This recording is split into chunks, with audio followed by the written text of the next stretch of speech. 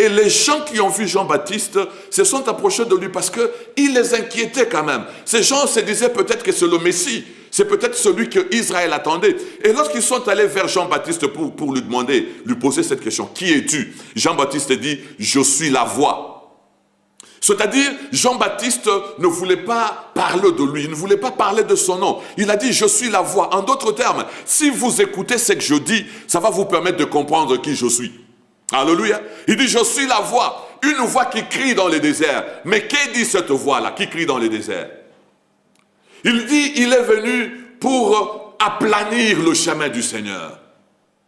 Il est venu pour préparer le chemin du Seigneur, aplanir le voie, les sentiers de Dieu. Ça, c'était son message. Et lorsque Jean-Baptiste, les gens sont venus vers lui, Jean-Baptiste a donné un message de la repentance. Pourquoi Jean-Baptiste avait dit qu'il est venu pour préparer le chemin du Seigneur? Il est venu pour aplanir les sentiers du Seigneur. Lorsque le Seigneur Jésus est venu en chair sur la terre, est-ce qu'il n'y avait pas de montagnes? Certainement, il y en avait. Est-ce que Jésus ne montait pas les collines? Certainement, il montait les collines.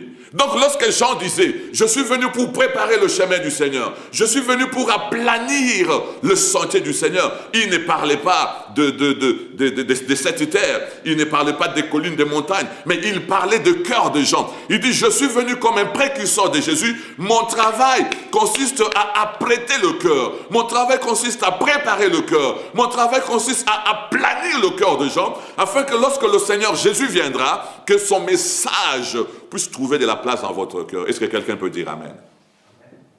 Voilà. Donc, Jean-Baptiste va apporter un message de la repentance. Il est très important, frère, que vous puissiez comprendre ceci. Jésus ne pouvait pas venir si Jean-Baptiste n'était pas venu. Je dois le répéter encore. Le ministère de Jésus ne devait s'exercer qu'après le ministère de Jean-Baptiste. Vous voyez, Jésus ne pouvait pas exercer son ministère avant Jean-Baptiste. Pourquoi? Parce que Jean-Baptiste avait un message de la repentance.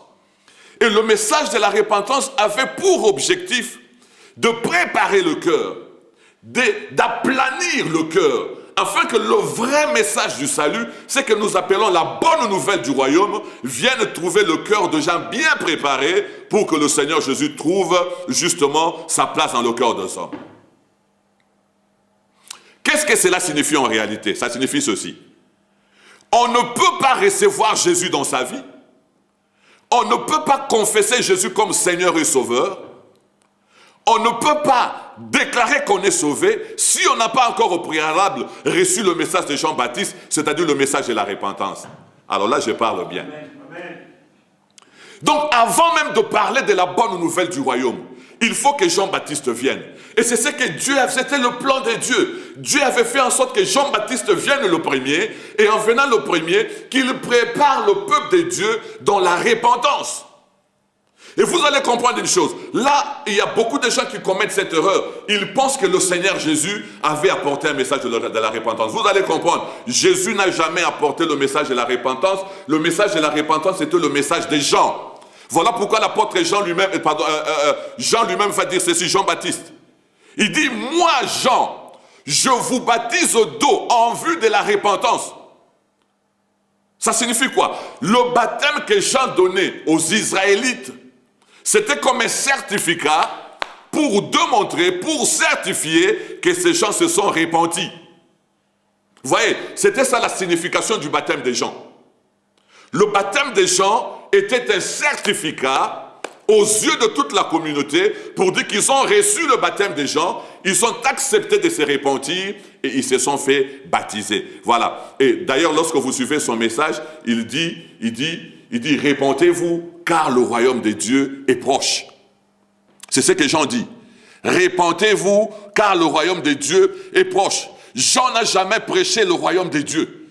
Parce que Jean ne connaissait pas le royaume de Dieu. Jean ne connaissait pas la bonne nouvelle du royaume. Jean ne connaissait pas le message du royaume. Jean a apporté le message de la repentance à recevoir le vrai message du salut. Frère, avant la repentance n'est pas égal après la repentance. Lorsque vous recevez le message de la repentance, votre vie doit démontrer le fruit de la repentance. Je ne suis même pas encore en train de parler de recevoir Jésus. Jésus n'est pas encore venu. Je parle de celui qui est venu pour préparer le chemin de Jésus. Je parle de Jean-Baptiste, donc je parle du message de la repentance. Que quelqu'un m'écoute aujourd'hui.